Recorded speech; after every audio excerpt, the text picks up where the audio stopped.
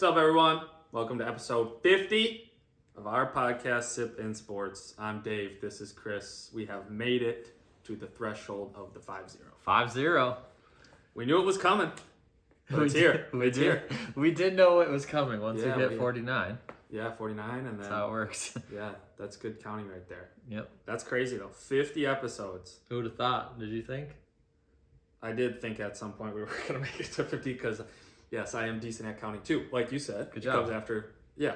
You could see it, but now that it's here, it's kind of crazy, but it's exciting.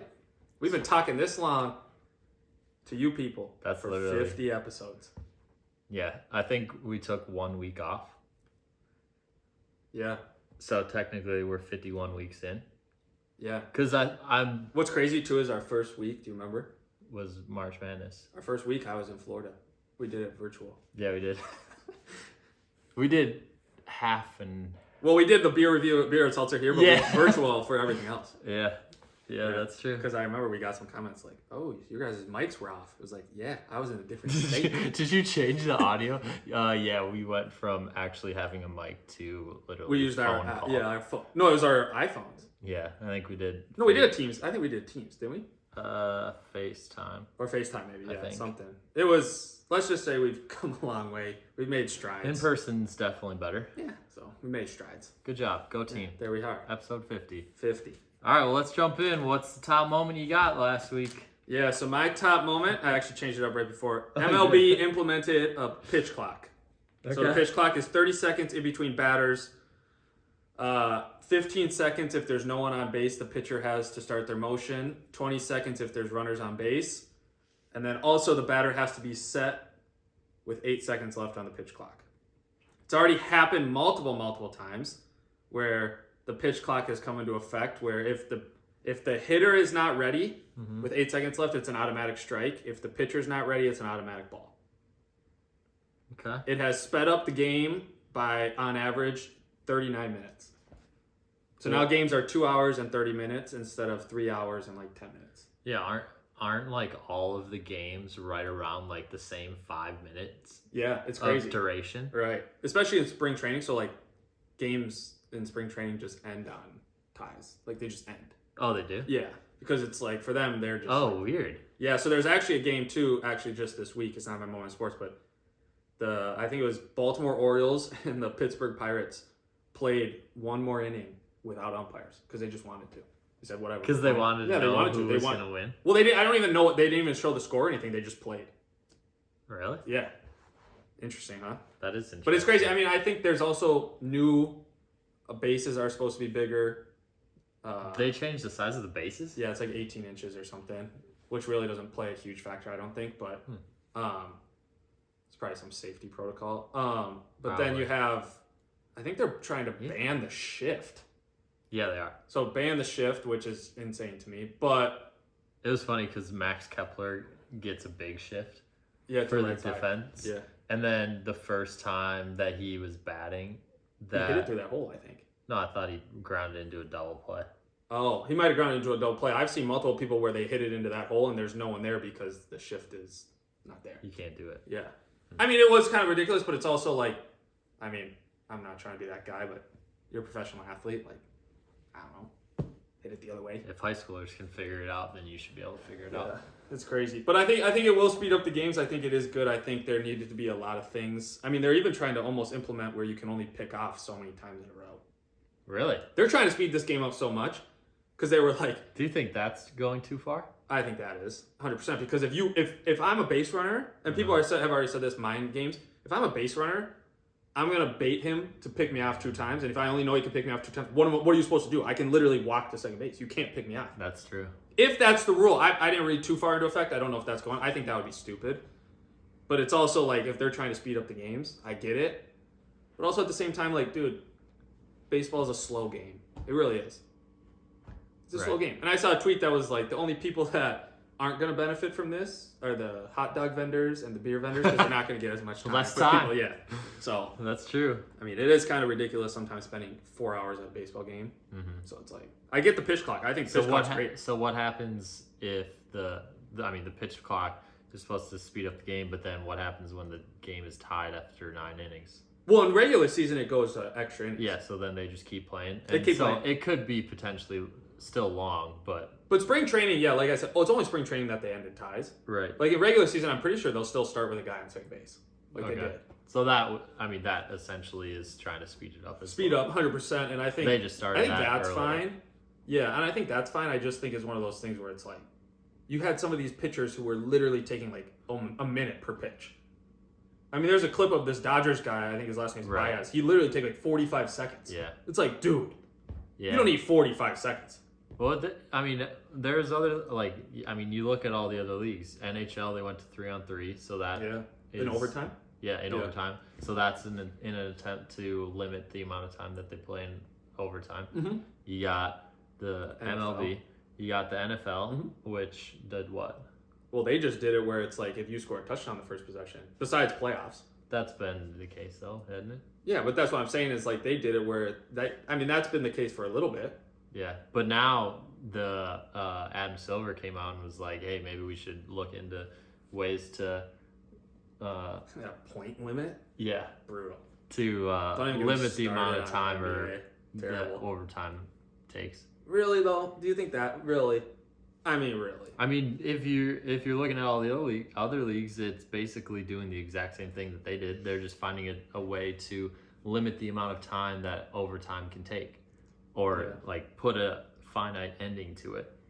Yeah, I don't know. You know, for hockey, it's not like. But you technically, there's go not really forever. a finite. I mean, yeah, technically, there's not really a finite. It's ways to speed it up, but I don't think there's ever really a finite amount. Like in basketball, there's actually truthfully one finite amount. Like a baseball game could still last 20 innings, right? There's no finite amount. Like a basketball, though, it's going to end. Same with football. It's going to end after the 10-minute quarter or whatever it is, right? It's 5 No. Oh. for NBA. Oh yeah, I'm saying for NFL, I meant it's still like a quarter. Yeah, 10.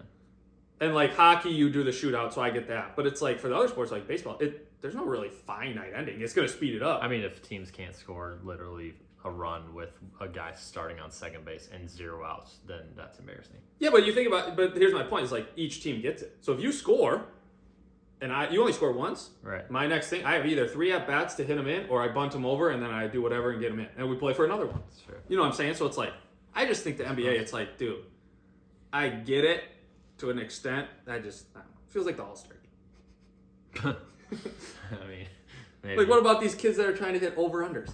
And you put a point limit. That's true. Terrible. Yeah, just wrecks. Terrible betting. Anyways. All right, yours. All What's right, yours? let's move on after that 10-minute conversation on overtime rules. Yeah. My top moment, it's moments because last Saturday was the first Saturday, it was kind of floated around. Last Saturday was the first Saturday that felt like, hey, March is coming. I mean, you had a bunch of different buzzer beaters. You had Arizona State hitting a 3-quarter court shot.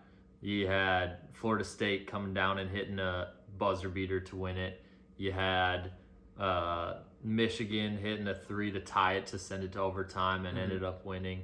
You had Iowa outscoring Michigan State by 13 points in the last 90 seconds to tie it and win in overtime. Like Iowa women's did the same thing. Caitlin Clark hit a shot at the buzzer to win it. Like last weekend was the first time where it was like, all right, let's go. Like, and now, I mean, we're recording it on Tuesday, so technically tomorrow's the first day of March, but March is pretty much here. Yeah, which I think it's going to be a lot of fun. I mean, we've talked about it on this show multiple times, but it's like there's been so much transparency where like there's not one team that it's like, okay, this team is like the clear favorite. Like there's obviously some teams, but there hasn't been a team that's held the number 1 spot for more than 2-3 weeks. Right. Even teams like, I mean, we were just talking about this beforehand, but Marquette, a team that is literally almost in the top 5. Yeah. Is what are they, 6? They're 6 right now, and it is a team that literally I don't see anybody talking about. Right. Never even heard of So them. just like slides under the radar, and all of a sudden they're 6th. Like what? Yeah. So I mean, it is crazy. It's one of those things where it's just like it'll be a lot of fun to bet on. I think, like you said, though, going back to your point, like this weekend, truthfully, like these games shouldn't have been that close. Well, yeah. I mean, you're looking at the team like Arizona State's decent, but Arizona was up a while. Like Arizona should Yeah, Arizona was But- up a while, but it's just like crazy too, where it's like that stuff. Even I think it was just even Monday night, like yesterday. Well, we're recording this Tuesday, but like even the Baylor game, Baylor was up like 16 the whole game. They were only up like 4 at one point. At the end of the game, it was like way. Right. Which, like I said, that's what we live for in March because that's just what makes it fun. So Exactly. it's like, yeah, it definitely felt like that for That's sure. all we want, except for if your team loses, that you. Yeah, but that's still fun. I mean, here's the thing: it's what's crazy about it is it's literally like you get upset for 5 days, a week, 2 weeks. You get upset for a day, maybe for a couple hours. and then you hit another. Maybe even a couple hours. You look at it, you go, "Wow, what a shot!" And then next game's up, you're like, "All right, new game." All right, And it's like, one. "Oh, everyone's brackets busted. Okay, we're good." Yeah, that's true. Yeah, so I mean, it's crazy. I was thinking about this. It's like you live for this March, and then it's gone in 3 weeks, and then we start the whole process again. And we're just back to And square we're one. back. Yeah, but it's good times. It's true. Minnesota Minute. Let's roll. Yeah, speaking of March, Gopher basketball lost to Nebraska. They play Rutgers at home on Thursday, the day this is dropping, and then Wisconsin at home on Sunday. That closes out the season. They will not be playing March Madness. Will not. Definitely. St. That's Thomas, for sure. yeah, St. Thomas basketball lost to both North Dakota and North Dakota State last weekend. They play Western Illinois in the first round of their postseason. Minnesota Timberwolves lost a tough one to the Warriors Sunday. They play the Clippers, Lakers, and Kings coming up. They kind of got a West Coast vibe. You got the Minnesota Wild won 5 of their last 6. They're hot. They play the Islanders and Canucks coming up. You got Minnesota Loons beating Dallas to open the season 1-0. They play New York on March 11th. Gopher softball win 3-2. They head to California this upcoming weekend. And Gopher baseball off to a slow start, 0-7 so far this year. They play in the College Classic this upcoming weekend, which is actually in Minnesota. It's in Minnesota. And there's Ole Miss is here, Vanderbilt's here. How do they do that? I think you just sign up for it. It's No, a why US bank. oh, yeah, but still, why would they want to do that? They're playing inside. Why wouldn't they just go to a place that's sunny? Well, maybe they sign. I don't know how that all works, but it's also like, you got to think about it costs money, Chris.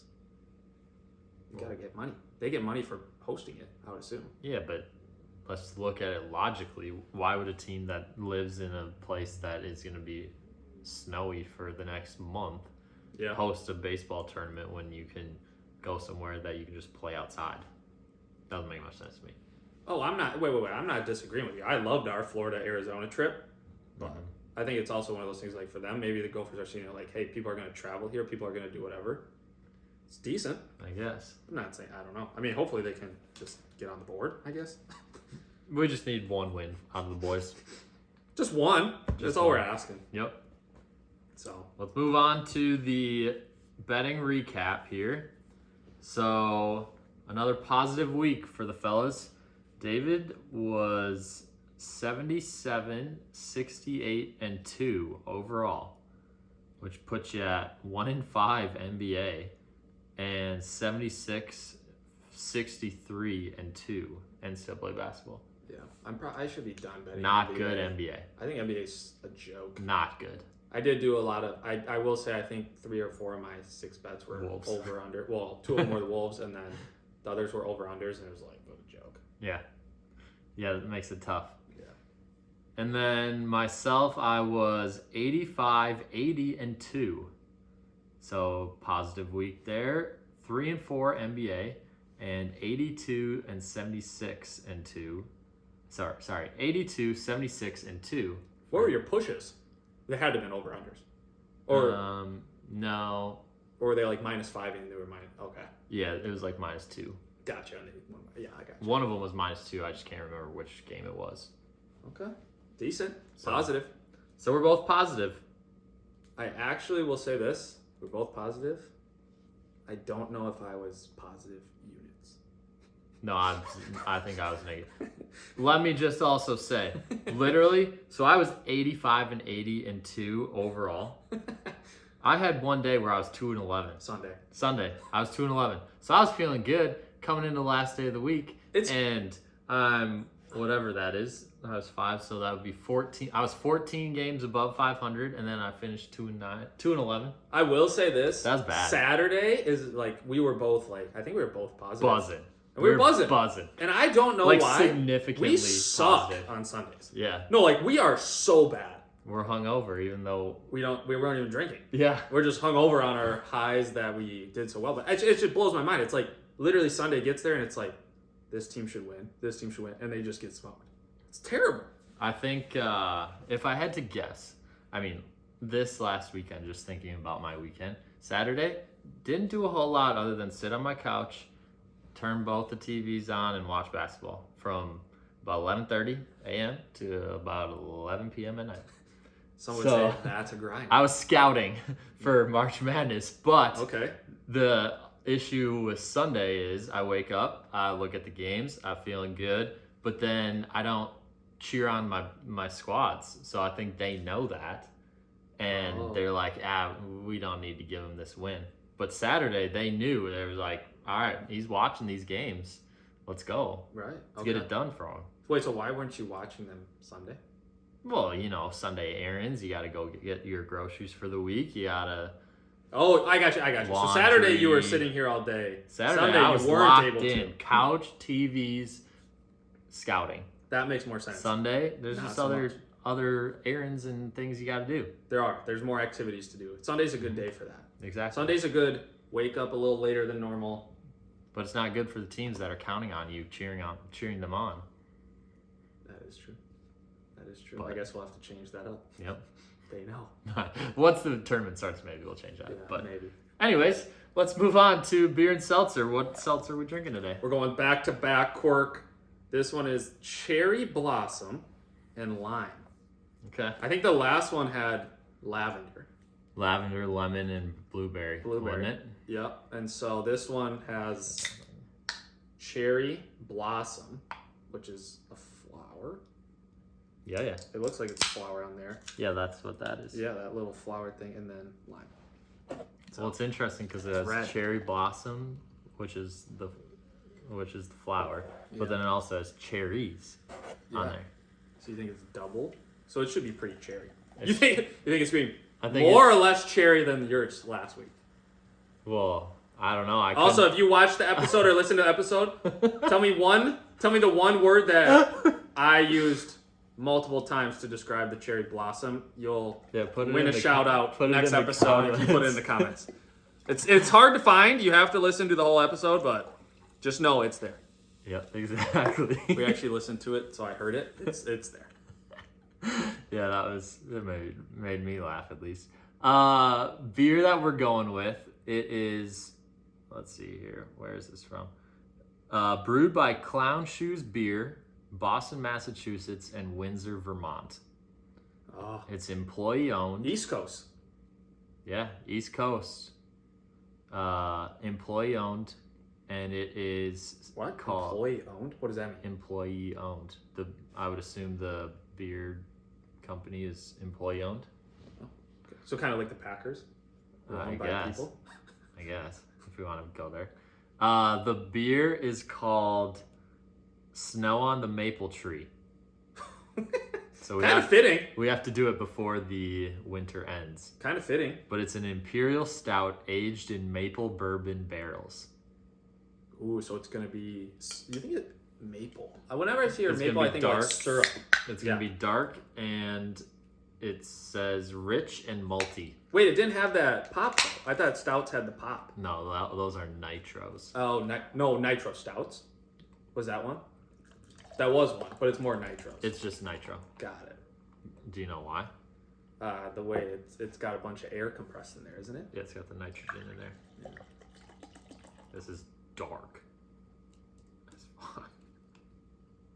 Yeah, I'll take this one. Oh, This looks like coffee. that is so dark. It's like coffee. Holy moly. That's crazy. I was about Kind of to, smells good though. I was about to pour the drips into this one. That would have been a bad idea. It would have changed that color I dramatically. feel this too. It's like squeeze it. It's kind of like It's got like a, it's like a wrap, but it. I know, but when something's frozen, and it's Yeah. got it feels like that, or it sounds like that. All right, fire up. Quirk. Did you show people the Whoa. fumble? No hands, Jones. Yeah, Quirk. I like this. I like this can look better than the last week's Quirk. Yeah, I think here's what I've noticed. It smells very cherry. Yeah, it's very cherry. I've already had a few sips, but that's my bad. But I will say this with seltzers. I feel like if the can is a simple can, it doesn't have a lot going on, it's not flashy, it's nothing, those are usually better. High Noons, simple can. Simple can.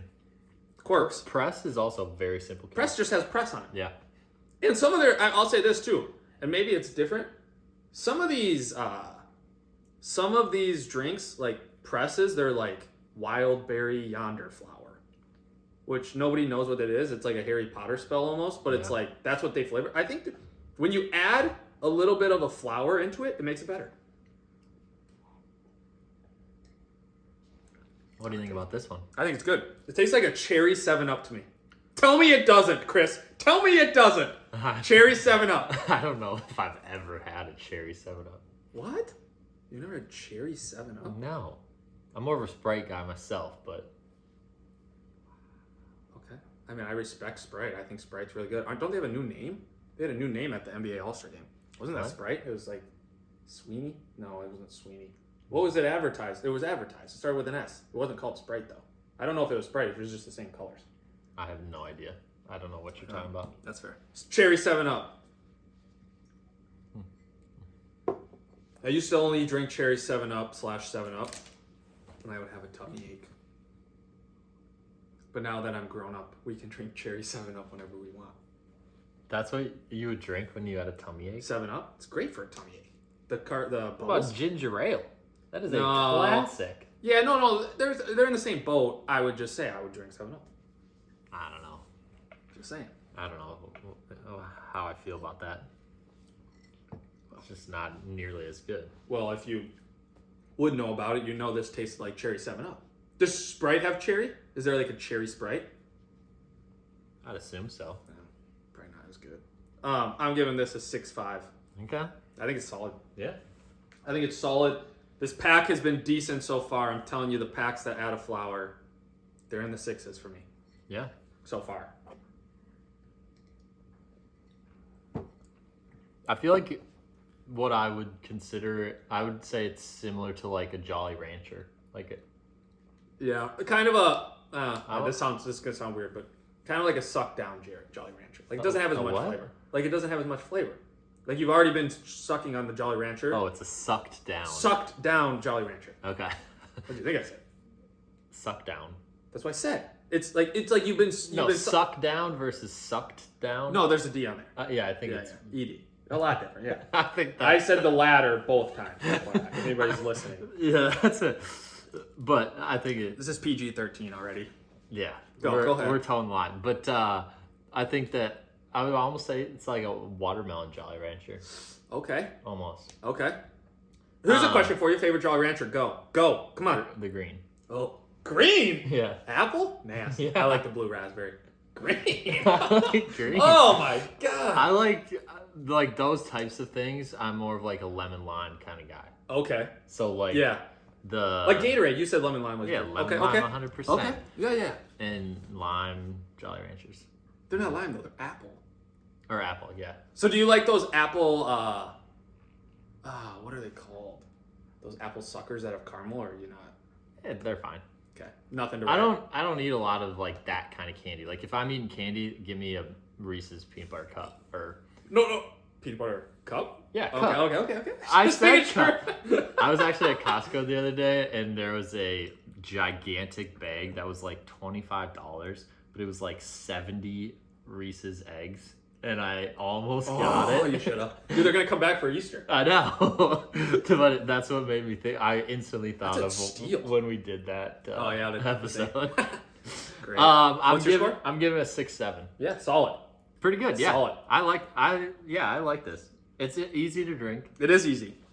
Dude, I'm telling you, it kind of good flavor. Yeah, it doesn't have a lot of carbonation. It has good flavor. No fake syrupy taste. It actually contains 1% juice.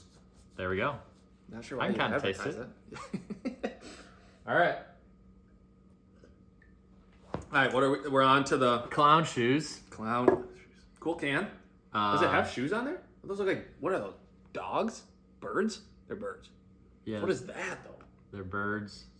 It has shoes on. Birds with clown shoes on them. Wow. I don't really know the bird reference. Well, I think it's just because it's coming out of a tree, right? I guess. Maybe that's their logo. Is the tree? I don't know. You gotta ask your sister. Who She knows? lives out there. Doesn't true. she live out there in Boston? She does live in Boston. Yeah. Shout out. All right, clown shoes. Snow on the maple tree. What a weird Imperial name. Stout aged in maple bourbon barrels. I will say when you smell it, it kind of does smell a Wow. little mapley, but it smells dark. How much? If you had to guess the percent, I would say 10%. it's 11. 11%. Nice. For 12 ounces? Yeah, you're gonna have to sleep over tonight. Yeah. Oh, God. Whoa. It tastes exactly how it smells. Yeah, dark. Dang, I already got a headache. What? Hit me. Just Oh. kidding. Not kidding about the headache, but So everyone's aware. Yeah. He's not kidding about the headache. He's just kidding about something else. Oof, I don't know about that. I don't really taste the maple. It's just dark, dude. Can you taste the bourbon? No. I would don't say, think so. I will say, it does taste rich and malty. Oh, 100%. It is. Like, it's a pretty good description of what you're drinking. Not gonna say the word because I used it too much last time, but it's the same thing. Like, dude, it's like you said. You look at it though, and this is why I think dark beers get a bad rap because it's like, dude, you're literally like, it's hard to drink. I think. Mm-hmm. Wow. Oof. Yeah, you kind of have to, like, prep yourself to drink. Kind of like suck it down. That's no D at the end. That's no ED at the end. No ED. That's what it was. No ED. Let me just get one more little suck. What? Yeah. Oof, bro. It's very, Oof. Dude, it's so dark. I would say it's very rich. Yeah, it's like richer than a milkshake rich. Like, it is thick to drink. Like, it is hard to drink. Yeah, but milkshake thickness is, like, that's a good thickness. Are you a chocolate milkshake guy? No. Vanilla? Vanilla, at home, homemade milkshakes, vanilla ice cream, Butterfinger. Ooh, I thought you were going to say Oreos, dude. I love Oreos. No. You just get Crunched up Oreos. Oof. You just get 2 mini Butterfingers. You smash them up. You dump them in the The blender? blender. Yeah. Toss in some ice cream. Yeah. Toss in some milk in there. Okay. Boom. There you go. That's how you do it. Love that. Dang. I haven't had a good old milkshake in a while. That sounds pretty good.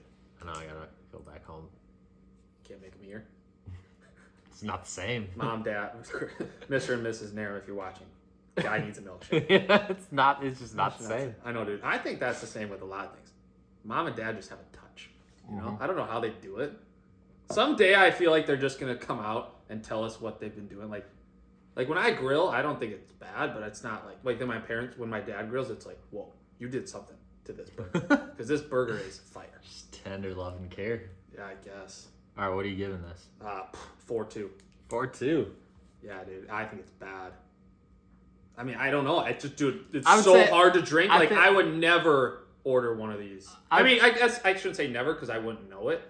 I would say I think not gonna order. at this point you probably know it. After tasting 50 beers, Well, I would say I wouldn't you order. probably it. know that that's not your thing. Right, but the thing is, like, there's been multiple times where like we've had like stouts that have been good. Yeah. No, I would say that this style is maybe just not for us. Yeah, I would agree with that. I'm giving it a 4.1. So Okay. similar reasons because it's I said 4-2. 4-2. Yeah. 4. Nice. Okay.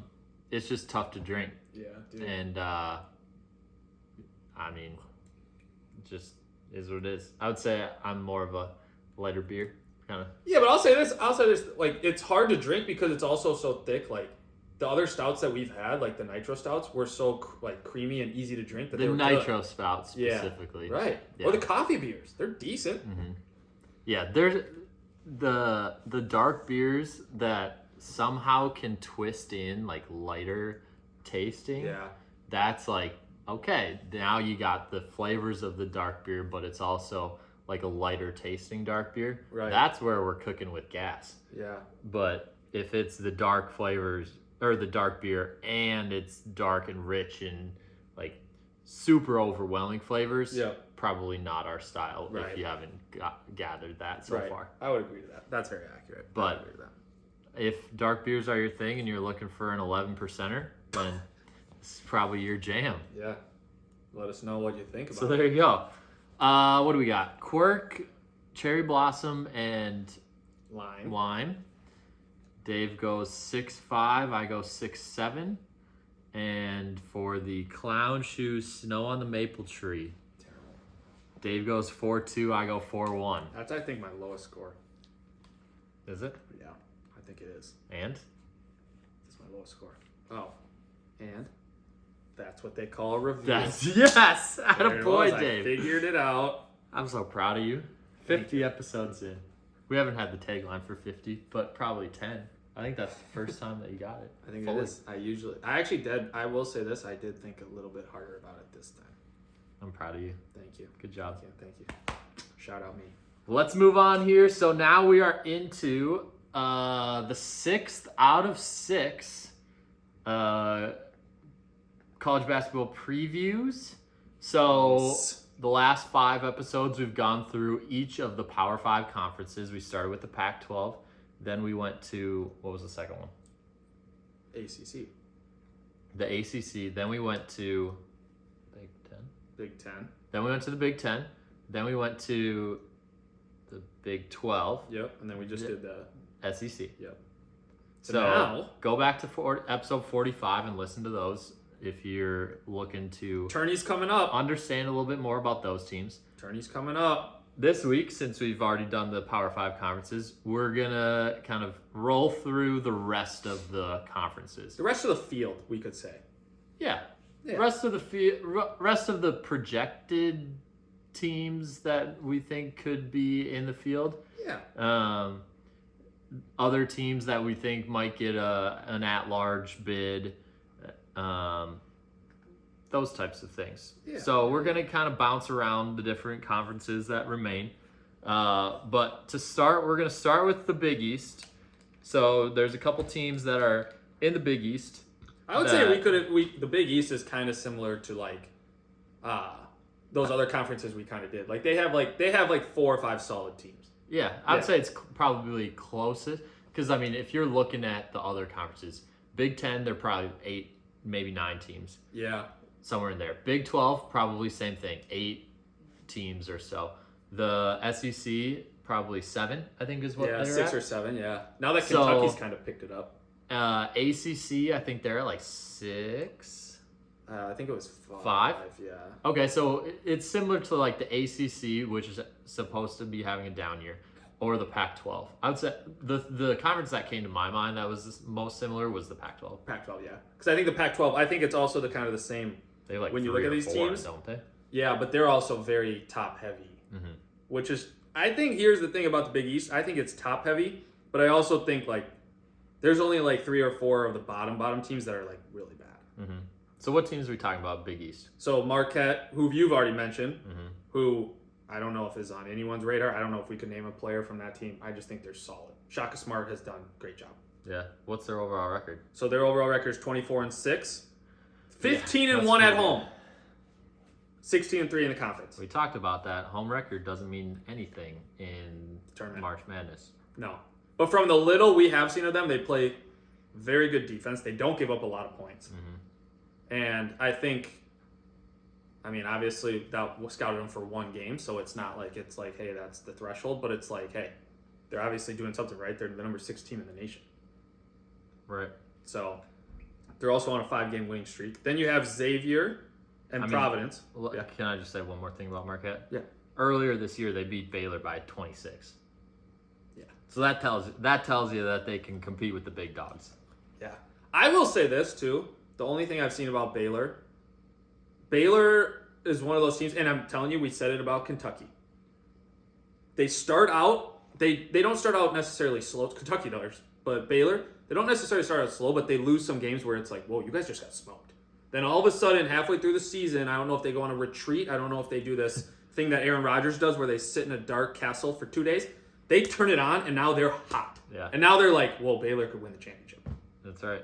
But let's circle back to the Big East. What other teams we got? So then we have Xavier and Providence, 2 and 3. They're both 13 and 5. They're both actually 21 and 8 overall. Okay. Providence is actually 15 and 0 at home. That would have been a good betting statistic to know. They've never lost at home. Mm-hmm.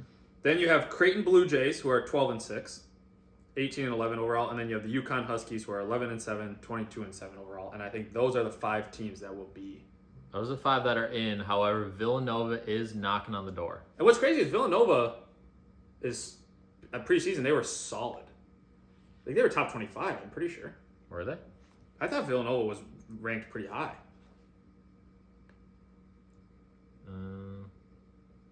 Yeah, right there. What does that say? 16? Oh, 16, yeah. Yeah. Jay Wright had the boys. Good call. They just didn't play very well. I really don't know if they have as much experience. They've lost a lot of good players, but I mean, it's a solid conference. Yeah. Villanova's been playing better of late. They've won 5 out of 6. So they've beaten Creighton, Xavier. They lost to Providence. And then they beat a couple of the other bottom dwellers, but they're coming off of a win against Creighton and Xavier. Yeah, 2 good wins. That's good wins. Exactly. Yeah. Well, I think those are the wins that kind of change it. Like Creighton's on a 2-game losing streak. They're on a 2-game winning streak. Right. So Villanova's close, I think. Yeah. But I think right now they're out. I think all 5 of those are solidified. Mm-hmm. I think Villanova, like you said, is knocking on the door. So of those 5 teams, which one is the most interesting to you in the tournament? I'm going to say it's Creighton. Creighton Blue Jays. And the reason I think Creighton, because they started out top 5 to 10 in the nation. They were supposed to be very... They have a good big man. I want to say they were like 6. Yeah, they were top something for a while. Nemhard is a great point guard. They have a great coach. Dougie Bucket's or McDermott's dad, whatever. I think they're a solid team. I think they've kind of run into some streaks. I know they had some injuries. But I think it's also one of those things. I just think they have the potential with a good big man, good point guard play. They had a lot of injuries right in the middle there. I mean, they had a 6-game losing streak. And they lost to bad teams. Nebraska? No. Nebraska? Nebraska's not great, but they lost to Marquette. BYU? Arizona State is pretty good. BYU is mediocre, decent. I would say slightly above average. Nebraska, and then they lost to Texas, Arizona. So the only thing that bothers me about, well, no, it doesn't bother me. The only thing that's crazy about that with Creighton is 4 of those games were at home. So like Nebraska at home, that's a bad loss. BYU at home, that's a bad loss. Yeah, I mean they lost Arizona by 2 at home. Yeah, that's fine. At Texas by 5. So yeah, they're close games. I mean they had a tough schedule. Look at before that, Arkansas, Texas Tech, right. They didn't play no slouches. They only beat St. Thomas by 12. That was the first game of the year. Yeah. So St. Thomas did cover that game. I do agree.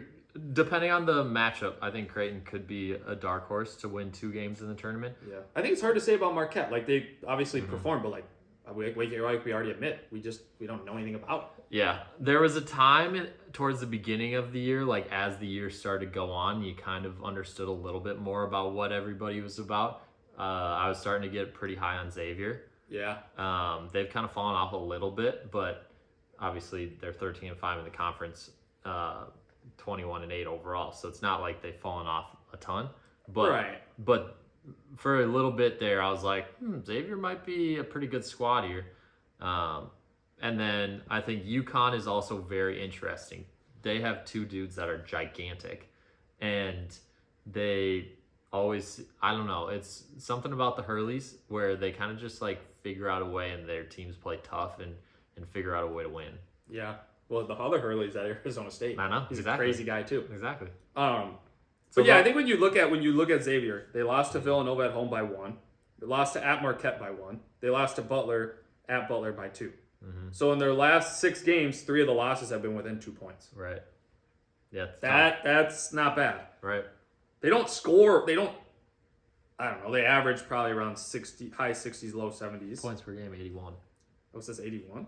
Yeah, right there. Oh, well, that's because the top. Yeah, they scored a lot at the beginning of the year. So I wonder what changed. Yeah, I haven't been in on Xavier for the whole year, so I didn't keep track of that change. But I think all 5 of those teams are very interesting. I think, like you said, UConn is a very interesting team because they also have pretty good big men too. Yeah, gigantic. The dude that comes in off the bench. Yeah, huge. And like you said, they have a solid coach who obviously knows what he's doing. He's crazy, but he's a good coach. I don't know if this, you can tell me if this is a hot take or not. I think any of the 5 teams have the ability to make it to the second weekend. Like any of them, I could see a realistic possibility that any of them could make it to the second weekend. Yeah. However, making it past the second weekend of like Final Four, I don't really see any of them making it there. Yeah. I mean, I think it's interesting. I think when you look at it, I think it's one of those things where it's like the projected bracket right now, Marquette potentially could play Kentucky in the second round. That would be a decent matchup. You have then, who's the other side? You have Xavier potentially playing TCU in the second game. That's a good matchup. That's an L. Yeah. Providence would play Baylor in the second round. That's probably an L. Yeah, probably no. Then you have, who is the other team? UConn. You have UConn playing Miami. Could be a decent game, though. L. Yeah, so it's like Creighton. However, those 2 teams are complete opposites. Yeah, and then Creighton in the second round would play Tennessee. That's a tough matchup, too. Yeah. So it's like... I mean, they're stacked up against Nevada. That's a tough matchup. Right, that's what I'm saying. So I think they could potentially. I mean, it's March, and they're a good team, and they have the oh boy, they have the potential to do it. I just think they're also in. This is the bracket right now. They're in tough spots. Right. Yeah, we'll see how it shakes out. I mean, Marquette having to play Kentucky. Bracket. Kentucky moved up to a 6 seed in the second round. That's tough. I know. So yeah, that's interesting. But all right, let's. So now it's kind of just like free for all. It's almost like a free for all. Yeah. There's just a lot of teams that are spaced out across the different brackets. There's a few conferences that I think we want to talk about specifically because as you get down to it, we'll start with the free-for-all teams, but then we're going to touch on a few conferences where it's pretty much only the winner of the conference tournament will get into the March Madness tournament. Yep. So let's hold off on those till the end. Okay. So for the other teams, who do you want to make note of? Well, I think you have to make note of the West Coast. Yeah, West Coast. I was going to say WCC. Yeah, West Coast. So you have to make, because it's going to be West Gonzaga and St. Mary's. Which is sad because if you haven't noticed, I love Santa Clara. Yeah. I love placing bets on Santa Clara. I think they're so fun to watch. They're 23-8 overall. They've won 7 straight. Like, they're fun to watch. They have a fun point guard to watch. They're fun to watch. The problem is, in that conference, the conference tournament is so stupid. Terrible. And it's literally like, oh, hey, Gonzaga, you guys win 1 game. St. Mary's, you win 1 game. Championship. Good luck. Yeah. And it's like, you two are already in. Right. Yeah. God. If you're to give you a picture of the bracket, it's the bottom 4 teams start out in the first round.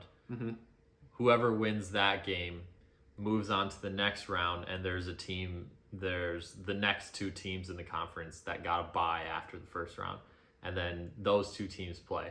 Whoever wins those games move on, and there's another 2 teams waiting for them that also got a bye. Then those games happen, the winners move on, and there's 2 more teams waiting for them that got byes all the way through. And then the top 2 teams in the conference, most years, and this year is no exception, Gonzaga and St. Mary's, they're waiting already in the semifinals. So they get 4 byes. They're already in the semifinals. All they have to do is win 1 game, and then they're in the championship. Yeah, I think it's stupid. So and the hard part, too, is if you start, like if you're a lower seed, so like San Francisco, let's say, or BYU, and you want to make a run, you're having to play, like, on that championship day, if you made it, or that game to go to the championship, you're playing 3 days. That's your 3rd day in a row. Yeah, 3 in a row. And so it's like, yes, I get the momentum thing, but also fatigue is a real thing. Yeah. Like, then you're going to play a team who's top team in your conference. Obviously, Gonzaga was projected to be pretty high up anyways. Right. So if you look at a team like Santa Clara, your team, They're third in the conference, so they're on their better side, I guess you could say. they're 3 away from winning the championship. So they would have to play a game, then they move on and play a team that hasn't played yet. St. Mary's. And then then if they win that, then they would be in the championship, probably playing Gonzaga. So they have to win 3 games to make it into the March Madness tournament. Yeah, and which I think is tough because, like you said, I think it's oh my god, if it's only those 2 teams that are solidified, and even Santa Clara is like not even, they're not even on the bubble or anything. No, the hard part is they win their first game, they play whoever random team. I mean, honestly, BYU not that random of a team, so that would be a tough game. Yeah. Then they move on. They play St. Mary's. That's a tough game. Then Very the next tough game. game they play Gonzaga. Playing St. Mary's and then Gonzaga back to back is almost impossible to win, I think. Yeah, 100%. So I mean, that's tough. Yeah. How do you feel about Gonzaga and St. Mary's? I think Gonzaga's solid. I think they're starting to find their flow. Mm-hmm. They have a lot of young guys. Obviously, Drew Timmy's still there, but they have like a lot of young guys. And I think the thing was that you started to notice at the beginning of the year, and I think it's similar to Kentucky. These kids are younger and they're so talented that they're just trying to show off how talented they are. Now they're starting to play as a team. They play high tempo, fast. They score a lot of points. They're just solid. I mean, I watched their last game against St. Mary's. They looked very good. You watch that one? Yeah, they looked very good. Yeah, I watched it as well. I'll kind of flip over to St. Mary's. So they have their starting point guard, freshman Aiden Mahaney. I don't know what you thought, but I thought that he struggled mightily against the pressure. 100%. He was turning it over left and right. But I think he also struggled in the sense of, and I think you started to notice that, which I think, like we've said, is kind of a mute point in the tournament. But like that Gonzaga court, I've never really watched Gonzaga games because they're usually late. That game is crazy. They're on top of you. Yeah, they are. Like the bench is on one side, on the other side, the cheerleaders are literally on the floor. Yeah. Like there's no room. No, there's and they're not. doing cheers, they're doing whatever, which it's great. It's a great atmosphere, but it's also like that's a huge home court advantage. Yeah. I mean, it's not very small either. It is so loud. Mm-hmm. So I think that, like you said, I do agree to that 100% in the sense that it's like you could tell he got kind of flustered. He got overwhelmed. They also have a good 2 guard. Yeah. Mahaney's more of a scoring guard. Yeah. So if he has to handle the ball, handle pressure, and then get them into the offense, I think he's less comfortable than if they're able to just bring it up and him already be in a scoring position. Which I think after watching that game too, I think they do a good job. Like their other point guard guy, I don't know who he is. He's a lefty guy. Tyler Johnson. Yeah. I think it's Tyler. It's something Johnson. Something Johnson. He's solid. And they played well. I think they played well. I think at the end of the day, the power and the star power of Gonzaga just wore him down, and it was like, all right. I think it was the home court. Yeah. And the potential to split the conference regular season championship for Gonzaga. They did not want to let St. Mary's win it outright. Yeah. So I mean, those are the 2 teams though when you look at that bracket. Yes, it is. Conference. Another one of note, Houston.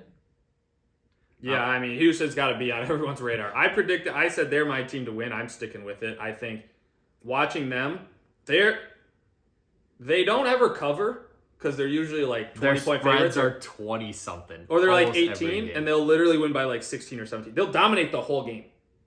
But their spreads are just so high. They have been winning by 20 plus a lot. I will tell you right now. They have the biggest point differential in the country. That doesn't surprise me. It's like 20 or 22 points per game. That doesn't surprise me. Because when you watch them play too, like, and they've always done this. Mm-hmm. They've always done it. Where it's like, they are literally the toughest team to play. Every single shot that the opponent takes is a contested shot. Yep. Contested shot. Yeah. And they dominate the rebounds every single game. They play good defense. They do well on offense so they can score. I think that's the difference between them and Virginia is they play really good defense, but they can also score. Yeah, they got athletes. Veteran they're averaging guards. 76 points, and they're averaging giving up 56. That's pretty good. 20-point differential. That is pretty good. Right. So even it's just crazy because you look at some of these games. I mean, granted, the one of their losses to Temple, they only scored 55 points. They only gave up 56. Right. So it's like, okay, if we can get over that 60 hump, we're going to win a lot of these games. They're fun to watch because, like you said, they play as a team, and they're just I always look at their coach and I'm always just like surprised because he's always wearing sweatpants with a tucked in polo. Yeah, I love it. I love it. Which is a crazy look. Power move. But he has changed Houston where it's literally like they are literally a powerhouse to mess with. I mean, it's crazy too because you look back on their schedule. They played Kent State. I don't know if they only played one half. It was 49-44. And then they played Norfolk State. They scored 100. Then they played St. Mary's. They scored 53 points. Yeah. I think this is though is when they come to the tournament, he literally has them ready, and they look like they've been there before. They have been there before. Sasser's a good guard. They have these guys where it's just like, don't forget about Jamal Shed. Well, and Shed, but I couldn't remember his name to be honest. But I'm just saying it's one of those things where it's like you watch them play, it's like, holy shit, like that was a good bucket from the other team. That was tough. Yeah. And it wears them down. It's like in the second half, it's like, oh man, they're within 5. Second half starts, they're down 21. Yeah, and it's like so fast. Way. So fast. So yeah, they're definitely the team. I mean, I think they're still the team to win. I can't see why not. Right. I hadn't watched a lot of them until Saturday, but watching them play on Saturday definitely They are fun to watch, dude. made me start to lean towards them being potentially the squad. Dude, they're fun to watch, man. What other teams you got? Well, I think we have to talk about one of the teams that we've potentially said could upset somebody. Don't talk about the Missouri Valley. Who's that? Oh wait, The Missouri Valley. What are you talking about? yeah, no. Which team? Well, no, I was talking about Oral Roberts. Oh yeah, talk about. Wait, Oral Roberts. wait. You threw me for a I got flustered. Oral Roberts is truthfully one of those teams. Undefeated in their conference, obviously. Summit League. Very good. They score. They score a ton of points. Playing them in the first round is scary. Yeah. I'll tell you, they're one of those teams. And granted, they upset somebody They upset Ohio State. Wasn't that last year? What are they projected? 2 years ago, they went to the, I believe, Sweet 16. And they have a lot of the same guys back from that team 2 years ago. San Diego State. What are they projected? What's the 12. Okay. So it's a classic 5-12 match. And everyone loves picking those. Well, everybody loves. There's the always 12. a few 5-12s. And here's the difference, too. San Diego State is a good team, but they don't really score a ton. They play good defense. They kind of can score here. They're Oral grinders. Roberts scores. Yeah. And so I think it's one of those things That's where an it's like, interesting matchup. That would be. that is 100% an upset. Yeah. I would even say if they can beat San Diego State playing Indiana next round, that's an upset alert too. Potentially. I don't know. I think they're just fun to watch. They're fun. I mean, the Summit League is the Summit League, so whatever. But like, I'm telling you, they have wiped the floor with a lot of those teams. Yeah. That's one thing to keep in mind as you're looking at teams to pick as upsets. One, how did they do in their conference tournament? Not conference tournament. Their conference regular season. Yeah. Did they dominate and they had maybe one loss, maybe 2 losses, but not really more than that? Like, were they the team that won their regular season conference tournament, or regular season and their conference tournament? Yeah. Did they like dominate? Does their play style match up well against the team that they're playing? Right. How did they do early season against some of the better non-conference teams? Yep. Like, I would say those 3 are probably 3 of the biggest ones to look at. Is there anything else? No, I think that's kind of big. And I think the biggest thing, too, is you start to look at, and I think why a lot of people love this 5-12 or 8-9 matchups, whatever.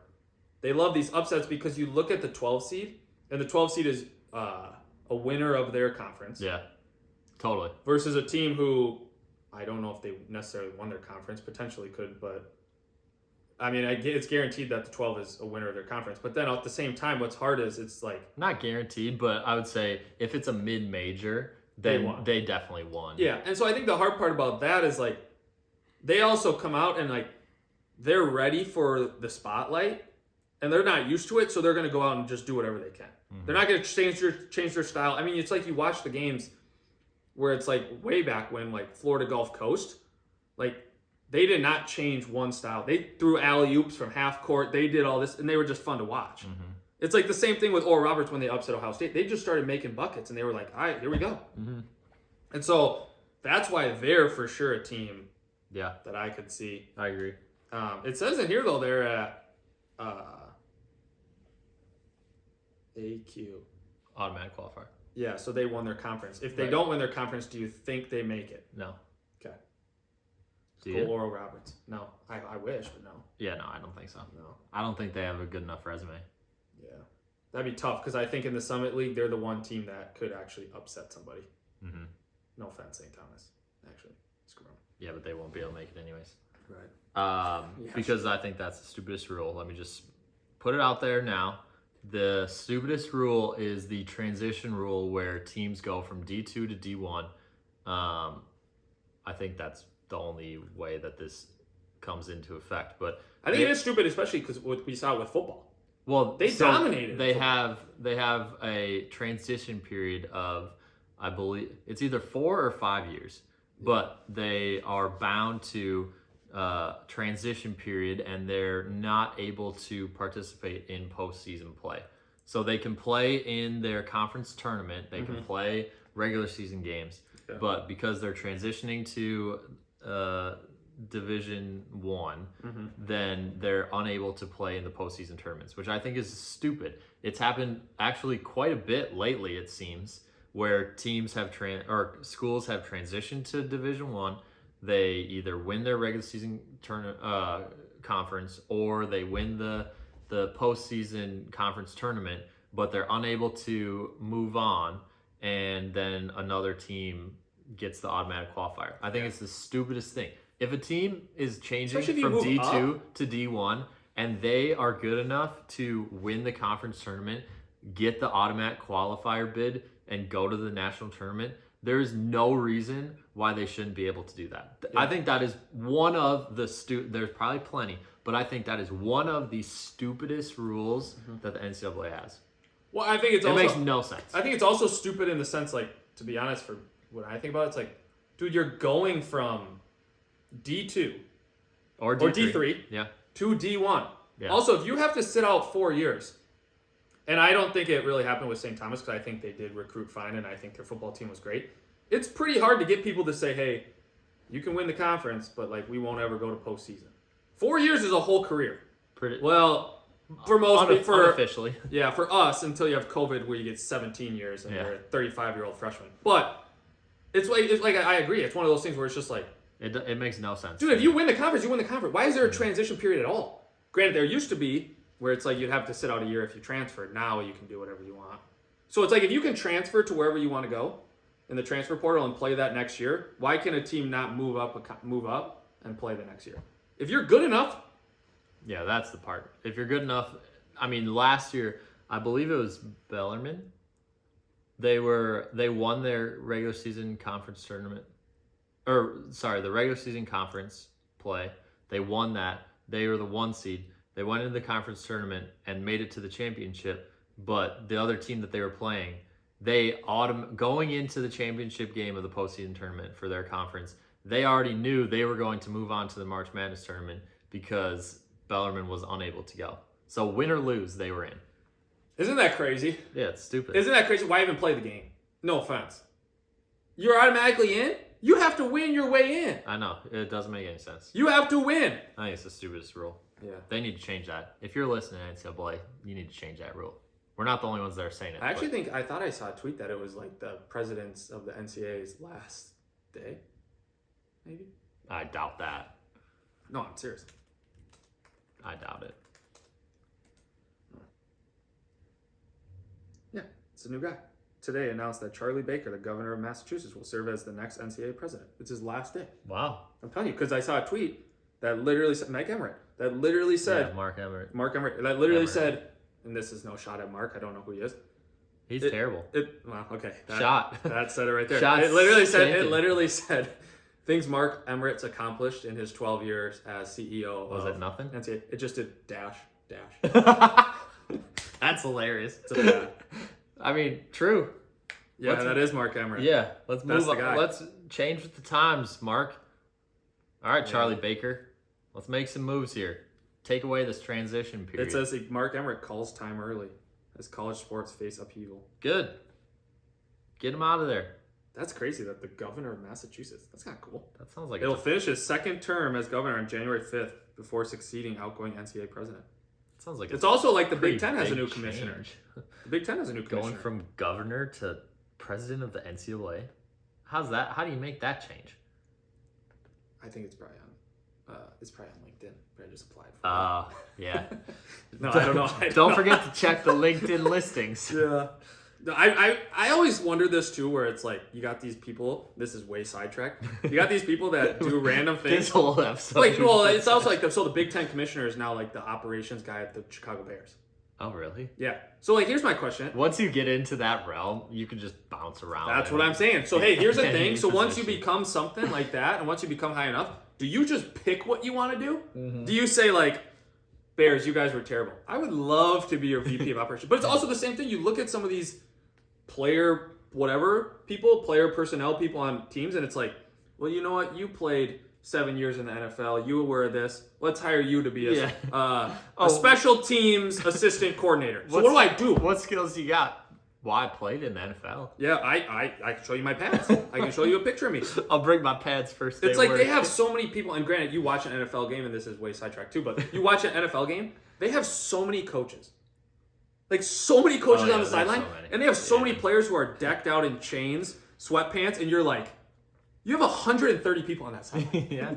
There's only 54 on the roster? Yeah.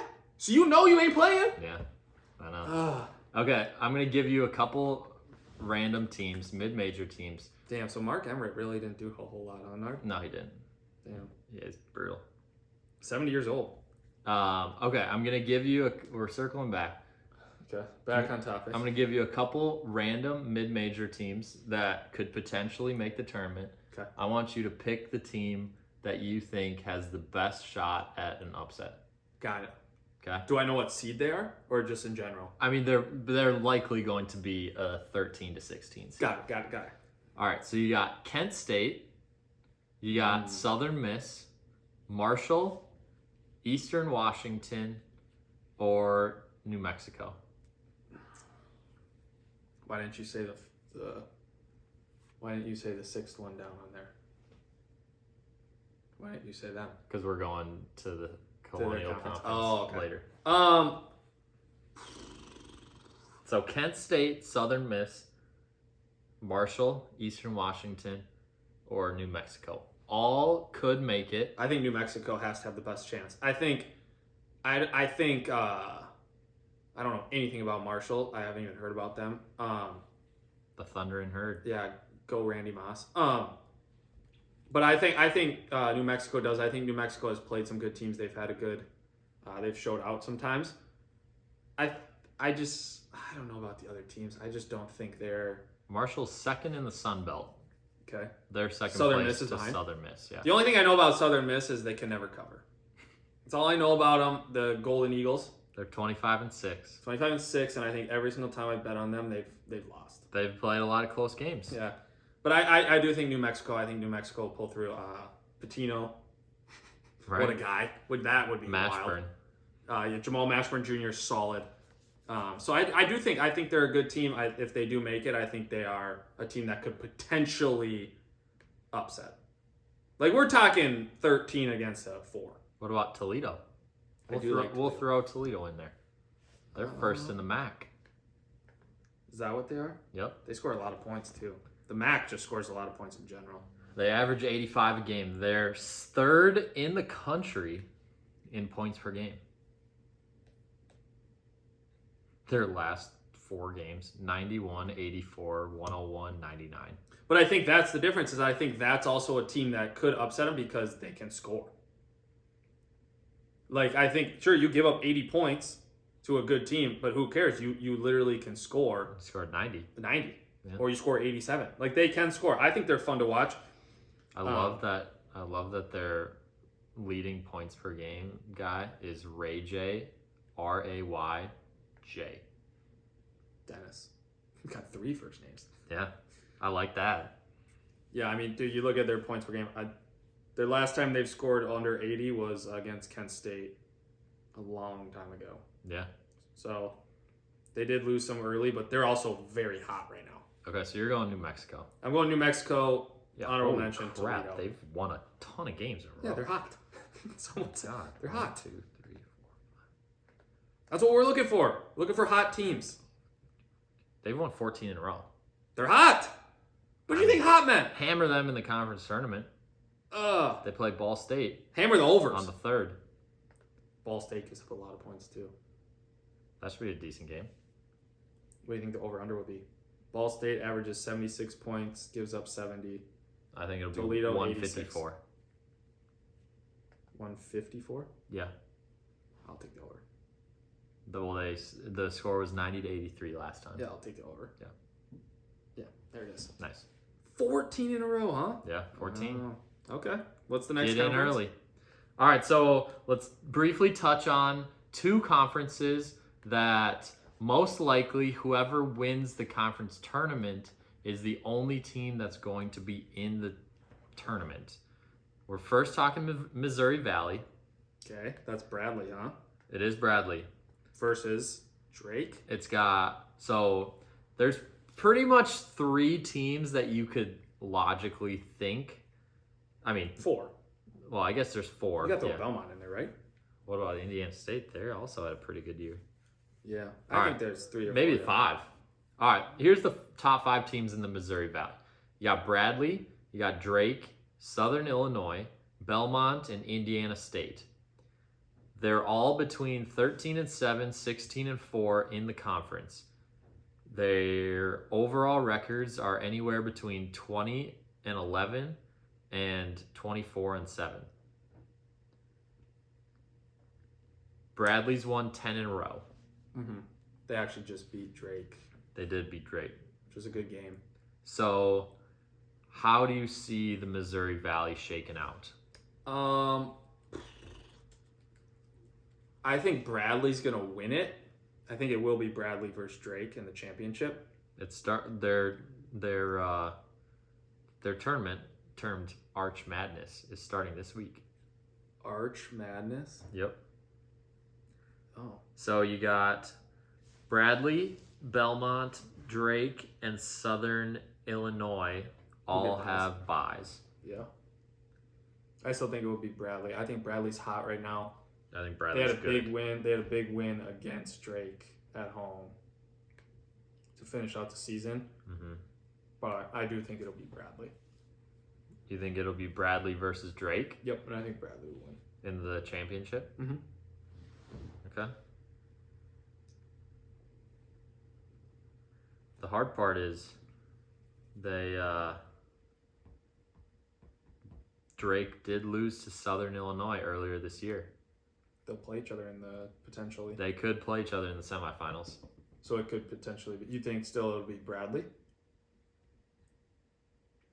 Oh, I think Bradley is the clear top choice. You Mhm. know, they're the number 1 seed. They won the conference tournament or the conference regular season. They're 10 game win streak. But I mean, even you look at, okay, you got Missouri State. They're the 6th seed, so they wouldn't play Drake until the semifinals either, which I think they lucked out on. But they swept Drake in the regular season. Yeah, I think Drake's had some more ups and downs. And I think here's the thing: is like I just said, it's good to be hot at the right time, and that's what Bradley is. Yep. I think we'd be having a different topic or a different discussion if Drake would have beat Bradley in the last game. Yeah, because then they would flip flop. 100%. But I think now Bradley's on that 10-game winning streak or something, and 10 game, yeah. yeah, I think they're hot, and that's just what you need. Yeah. You need to roll in to your tournament, win your tournament, and then roll in. I mean, if they win their tournament, they'll be on a 13-game win streak. Yep. So What are they projected seed wise? Bradley. Mm-hmm. Or is Drake in there? No, TCU. 12 seed. 12. Okay, 5 so versus that 12. That makes sense. 5 versus that. I will say this: 5 versus 12. I do not think I would bet Bradley. Okay, if they had to play TCU, dude, Mike Miles is back. Yeah, That guy's a if ball TCU player. is the 5, then that's a a ball. hammer TCU. That's a tough draw, but Yeah, that's not what you want. you want to get matched up against San Diego State. You want Right. to get matched up against. You don't really want to get matched up against Miami or St. Mary's. So No. yeah, you there don't. it is. Okay, the second conference that we want to touch on is the Colonial. Also very interesting. You got 2 teams at 16-2. Mhm. You got 2 teams coming in, both of those teams on at least a 7-game win streak. You got Hofstra, who won the regular season, 16-2. They're on an 11-game win streak. You got Charleston coming in second place. They also finished 16-2. They're on a 7-game win streak. Just gave their coach a 5-year extension. And then you have UNC Wilmington. I know we've been hammering the UNC teams, not the main UNC teams, but the UNCW, UNCA. Yeah. Is there another one? Is that UNC? Well, there's UNC. UNCW and UNCA. Yeah. Is there another one? No. Okay. Not that I know of. Okay. But we do hammer them. They're they got third place. Towson is fourth. All of those teams have at least 20 wins. How do you see this one playing out? Yeah, I want to say that go out on a limb here and say that UNC Wilmington will make the championship. They will. I don't think so. No, they not the championship. Well, they'll obviously make the semifinals. I think they'll have a tough matchup against. They'll most likely have to play Hofstra if this all clears up. But I'll tell you this right now: Drexel, not a bad team. Tough team to play, not a bad team. Then I'll sit here and say Towson, also a solid team. I think, though, Charleston will win that conference. They're actually the favorite as the 2 seed. Yeah, well, they also were ranked at one point. They were. They've kind of fallen off a little bit. I will say 7-game win streak, but then you look at Hofstra. Hofstra's a 11-game win streak. So it's like they're hot. They're both hot. They're both playing well. Mm-hmm. I will say this. 2 of the losses one was Hofstra. They lost by 4 for Charleston now. And then the other one was Drexel by 1. Say that again. So Hofstra by 4 on the road. And then back-to-back, and then Drexel by 1. That was Charleston's 2 losses. Okay. Their other loss of the year was to North Carolina early on in the season. What were Hofstra's losses? So Hofstra, let's see. I wanted to see if they played Hofstra again. They must have split with them. So Hofstra, they were 18 when Hofstra beat them. Yeah. So Hofstra's losses: St. Mary's, George Mason, Purdue, UMass, South Florida, NC-A&T. So they lost to UNC Wilmington and Towson? Yeah. Wait, so they didn't lose to... No, they haven't. They only played them one time. Yeah. They must have a weird schedule. Weird schedule, yeah. I mean, there's 13 teams, so yeah, that so would they make must sense. only play Yeah, but... And I think here's the difference is they went on a 4-game losing streak. At George Mason, at Purdue, versus UMass at home, at South Florida. So I don't know if someone was hurt or what happened. They lost 6 of 8. Okay. And now then they all of a sudden flipped the switch and said, they also lost to North Carolina A&T. 100%. That is a random loss. And MTSU, Middle Tennessee State. Yeah. That's a random loss too. I think MTSU is decent. Okay, but come on. Not March Madness worthy, but right. okay. So yeah, I don't know. I think those teams are obviously at the top, but I would say Charleston wins this. Yeah. I think that's the easy pick. You'd say I would say you could probably argue with them and Hofstra. I think Hofstra's solid. Yeah, but Charleston's the favorite. They're how much? They're minus 180. No, as they should be. They were ranked. They're minus 180, and Hofstra's plus 115. So you're getting plus money on the number 1 seed of a conference tournament. Yeah, they're also projected, and we've said this too. Sorry, it's minus 115 plus 180. Oh, okay. I would say this. If Hofstra can win it, they're projected to play Virginia. First round. That's a dub. That is a very potential. You put Charleston in there, that's also a dub. Yeah. It doesn't matter which one of them it is. Dang, so you think Virginia going to lose no matter what? I mean, they play the king of the Colonial. Charleston's also on the next 4 out. Right. Which is too bad. The issue is they're not going to have enough good wins in this conference tournament to be able to make up that. No, you're only going to get automatic qualifier. Yeah. Exactly. Yeah. So tough. You only get 1 out of the Colonial after such a great year, but shoot, such is life. Gotta win it. If they would have beat North Carolina early, maybe in contention. Right. So tough. Happens. All right. Anybody else that you want to talk about in our free for all? Who's my favorite team that we haven't talked about yet? My favorite team to bet on that's been struggling lately. Chris? Who is it? It's got a red eagle as a symbol. Oh, I thought you were going to be talking about Bryant. Heck no. Bryant's trash. I need to stop betting Bryant. Eastern Washington. Yeah, they've been struggling. They've been struggling, but if they can pull a rabbit out of their hat, they're struggling as of late. They've been struggling as in they lost their last 2 games. However, they did win the regular season championship. Yep. They were on the longest win streak in the whole country. I believe that was 19 games. They were at the point where if they won one more conference game, then they would have the all-time record for their conference in consecutive games won. Mm-hmm. And then they would go and lose 2 in a row. They also their shortest starter, fun fact for you, is I believe 6'5". So they're tall. They're tall. Big. Oh yeah. I mean, I think they could win their conference. I think they could get. I mean, they're the 1 seed, so they should. Yeah, but they also just lost to Montana. What is it, Montana State? Montana State. They looked good. What's their logo? What's their team name? I don't know. Cougars? Bobcats. Yeah. Yeah. I mean, it's crazy when you look at this. They literally started out the season So bad. 2-5. I know, it's wild. And then they still lost to South Dakota State, They Texas start Tech, cooking. and then they literally cooked on that 19-game win streak, Yeah. and then they lost 2. I know. So they're a tough team to figure out. I like them. I like them to cover. There you go. I gotta see who they play. Oh, they play Baylor. Yeah, nope. They actually won't be Yeah, covering. they won't be covering. I'm taking back that statement. I mean, they might cover. Dog, I'm telling you right now, I'm never betting against Baylor. I don't care how many the points are. Dude, they smoke teams in the first round. They do. Like, it's a joke how bad they beat teams. It's true. So, what about you? Any teams? You got a team? You got a... No, I think I've hit all my random You hit all teams. yours? All right. Yeah. I wish Santa Clara would make it, man. I really do. They still got a shot. Tough shot. I'm actually looking at this projected bracket. Yeah. I'm a little surprised Morehead State's a projected 16 seed. What do you And think UNCA 16 seed? What are they doing to our boys? I do love Morehead State, too.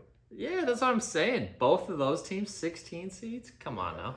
It's just tough. It's I tough. mean, Kennesaw State, they're good. a wagon. They're good. They are good. So, I mean, here's the thing. It's just like there's a lot of teams. I mean, you look on here, it's like, I don't know. It'll be fun once the bracket comes out. yeah, we just need the official bracket. Right. We need the Because official this bracket. projected bracket makes me excited, but This could change a lot. once the official bracket comes out, yeah, it's going to be completely different. I mean, I love watching that selection show Sunday where it takes like 50 minutes to amp it up, and then it starts and it's like, okay, coming out of this conference is this, and then they're all sitting at a desk, and then they're like 5 minutes delayed, and they all start cheering, Yeah. and they're already on to like 3 teams later. Yeah, right, exactly. And it's like, oh, they made it. And their first round game is Kansas. right. Okay, you're out. Yeah, they're screwed. Thanks for playing. Yep. So yeah, it's fun. I mean, Better March Madness luck right around the next corner. So That's right. March starts tomorrow. We're it gonna actually started yesterday, technically. tomorrow from when we're recording, yesterday from when you guys are listening, and Also, this is a fun fact. I know this episode's probably gone for 3 hours. Yeah. This is a fun fact. We talked about this before to talk about how much we like the beers or seltzers. Both of our seltzers are gone. Our beers have not been touched in like 25 minutes. Not been touched. right. So if you go out east, Boston looks like a great area. Shout out Lydia, Nairn's sister, but do not get this. Yeah, get a different beer. Get a Heineken Zero, like you had told us to. There you go. So, all right. Wait. March Madness. Oh, we created a bracket. Yep. March Madness. Which It's on one? ESPN.com. Yep. We're gonna be doing a March Madness bracket pool. Yep. Also, Also, Primer, we didn't forget about you. We're still working out little Yep. kinks and stuff on the the prize. So, the winner will get a prize. After the bracket challenge. Yep, the bracket challenge. You can only do one entry. It's That's free to not join. good. It's free to join. Free to join. There's only positives that can come from it if you win. Yep, and it's fun. It's whatever. Did that just happen? Yeah, it's 20 seal. Really? Yeah, probably. It was non-contact. Oh, they're screwed. Yeah, Tennessee's that's tough. But so yeah, it's the name is SIP Okay. space Yep. N Okay. like Narum Yep. space sports. With an S. With an S. And the S, the start of SIP and the start of sports are both capitalized. I don't know if you need that. Yep. And then the password is the boys. The boys. Mm-hmm. Capital T. I don't think there's a capital B. There isn't. There isn't. And then 23. The boys 23 with capital T. Yep. So join it. You get one entry. You can join, I believe, whenever. You can actually join now. I actually created it. You can join, create your own team name, create whatever. You just can't pick the bracket, obviously, till it's out. Till the selection Sunday. So, yeah, do it. We'll talk about it next week, too. But, yeah. There we go. So That's episode all. 50. Boom. Peace.